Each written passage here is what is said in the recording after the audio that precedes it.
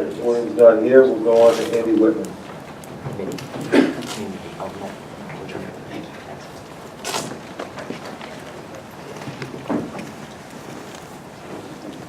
Good afternoon, legislators. My name is Andy Whitman. I'm a resident of Sable, 40 years resident of Suffolk County, except for a few months that I lived in the city.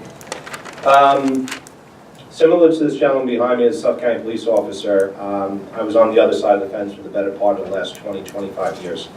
Volunteer fireman, EMT with Sable Community Ambulance, New York City firefighter, and prior to that, a Suffolk County dispatcher for Suffolk County Fire Rescue, which I'm sure you're familiar with. When this program first started rolling out, I was highly in favor of it.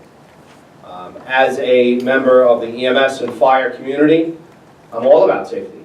I'm all about protecting lives. And as time has gone on now, not just here in Suffolk County, but in other areas that I've experienced in New York City with a red light camera as well. Similar to that gentleman who just had the camouflage hat on, took a little bit of my thunder about what I was going to talk about. But from another perspective, I'm not an engineer, so I'm not going to get into any of the technical aspects of what's been talked about. But from an emergency standpoint, not just the fire apparatus, the ambulance apparatus responding to a call. Prior to that, as most of you know, in Suffolk County, we're all volunteers. So I leave my house, I leave my job, I leave wherever I'm at, and I respond to the firehouse and the ambulance company. I have to pass through the red light camera. So I myself have received red light camera tickets responding to a fire call. I've paid them, I haven't fought them. Why? Because I don't want to spend a whole day trying to go through the whole process of finding them. So there's firefighters and EMTs who volunteer their time that are getting banged on these tickets and don't want to take a day off of work to go fight a ticket. That's number one. Number two, that's delaying their response to the firehouse, delaying their response to the ambulance company, which is yet in further delaying the ambulance to get out or the fire apparatus to get out.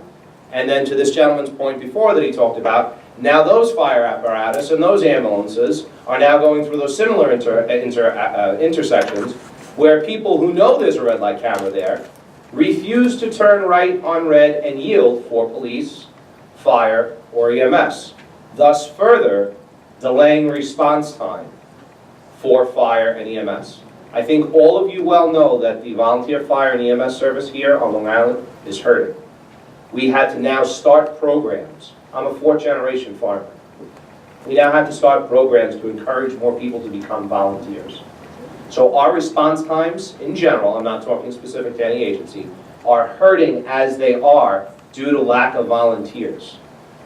So I am now where, again, as I said, I was in favor to begin with, but now hearing the data that's been released, knowing what I just shared with you now, and also hearing rumors, one of these other gentlemen just talked about that there is certain data that's missing, that's not being incorporated, bicycles not being incorporated, I think we're at the point that this program does need to be suspended. Thank you. Thank you. I've got a question for you. Certainly, Mr. President. Originally, because you've got a very interesting point about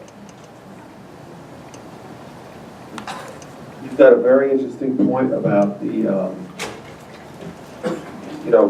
people responding like yourself, first responders, and their it's not only their response time, it's their safety also going through these, and then the reaction of the people who are at it trying to get out. Absolutely.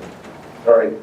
So you said in the beginning this program, and I wasn't here when it was rolled out, so I'm not sure how the conversation went then. But you said you were in favor of the red light camera program. Why were you in favor of it? Well, I think from an optics standpoint, when it first came out and it was talked about, it was sold as this is going to be something that's going to help traffic accidents, reduce personal injury, all the things that, so why would I not be in favor of that as a 20, 25-year member of the fire and EMS service? Of course, no brainer, right? Yeah, okay, you know what? Slap them with a $50 fine, slap them with whatever the fine is. I got it, no problem. I'm all about it. I'm all about it.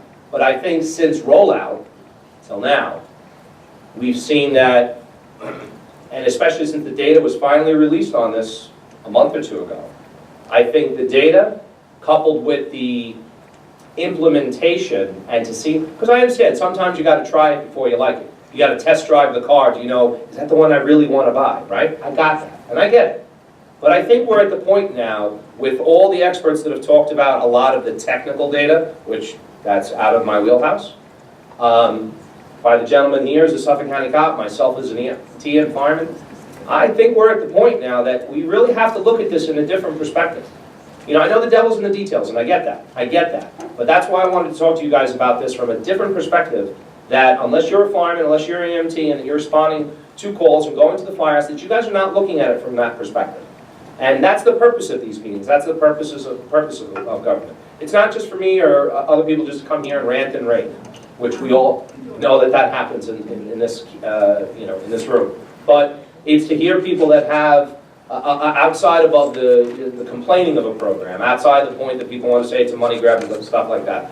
That's why I'm against it now compared to where I was in the beginning. I think we've gotten to that point now. Thank you, Andy. Legislator Browning has a question. Yes, absolutely.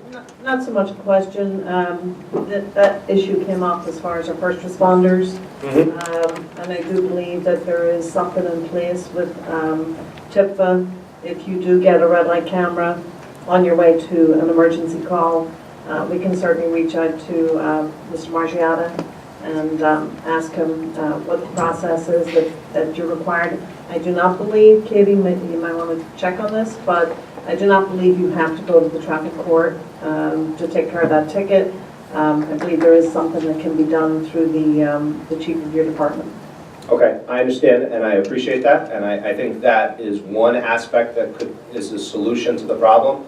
But I think the larger problem at hand is that the fact of the camera system itself and the way it is hindering my response time in general. Whether I'm making a right on red, or there's a car there with my lights on right behind them, honking. And I've been in it, not in my own personal vehicle. Fire truck, loud horns, loud sirens, behind the person in the intersection. They're not moving. They're not moving.